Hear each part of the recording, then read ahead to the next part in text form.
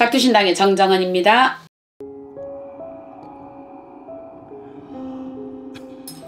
집착기라는 게 존재를 한다라고 봐야 안 되겠습니까? 그러니까 우리가 회원도 하고 천도도 하고 또 그 양반들에게 휴양세계 가시라고 또 설명도 하고, 이거는 뭐냐면 집착기라고 해서 나의 조상 중에 집착기가 없다라고 말할 수는 또 없지 않을까 싶거든요. 이 세상에 미련이나 이 세상에 애착이나 이 세상에 어떤 집착이 있기 때문에 그분들이 여기 3차원과 4차원을 구분하지 못하고 계시기 때문에 그분들이 또 집착기 아닌 집착기가 되어 있습니다. 우리가 집착기가 되는 것은 그렇거든요.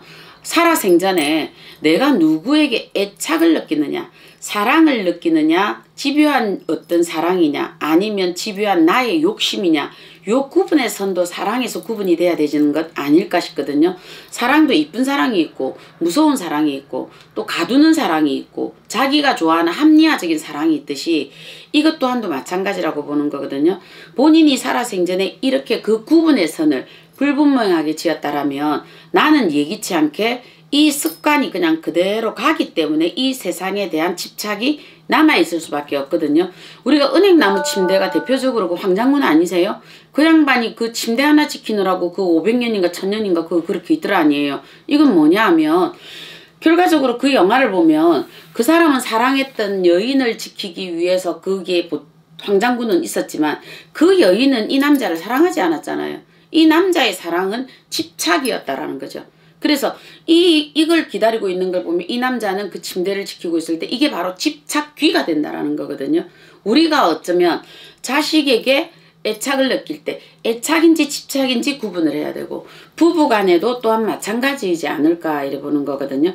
이런 것들이 지나치면 우리는 예기치 못하게 집착이라는 여기에 내가 매여 있는데, 문제는 내가 이걸 모르고 죽었을 때 나는 이것이 여전히 내가 지켜야 되는 자리인 줄 알고 있다 이러거든요. 우리가 어떤 사고가 나서 물에 빠져 죽었거나 교통사고로 갔을 때 거기에 우리가 혼백이 매이기 때문에 지방령, 수살 이래가지고 우리가 그 혼백을 건지는 이런 작업들이 있잖아요. 그죠? 그거는 뭐냐면 본인이 내가 죽음의 준비가 안 되었는데 갑자기 사고가 땅 하고 나다 보니까 자기는 놀라서 잠시 기절했다 생각을 하는 거죠. 그러다 보니까 눈을 뜨고 보니까 죽었다라는 이 자체를 인정을 못하니까 그 자리에 지키고 있는 거거든요. 우리가 반려묘나 반려견이나 이런 아이들을 키우기 귀찮아 버렸을 때 그 강아지들 보면 나오지 않대요? 차만 오면 쫓아가던 거. 그거는 뭐냐면 그 아이는 여기가 주인이 전부였잖아요. 인간 세상에. 그렇듯이 그게 집착이 되어서 그 아이는 아마 그렇게 사고가 나서 죽어도 여전히 쫓아갈걸요. 이렇게 요것을 집착기라고 하는 거거든요.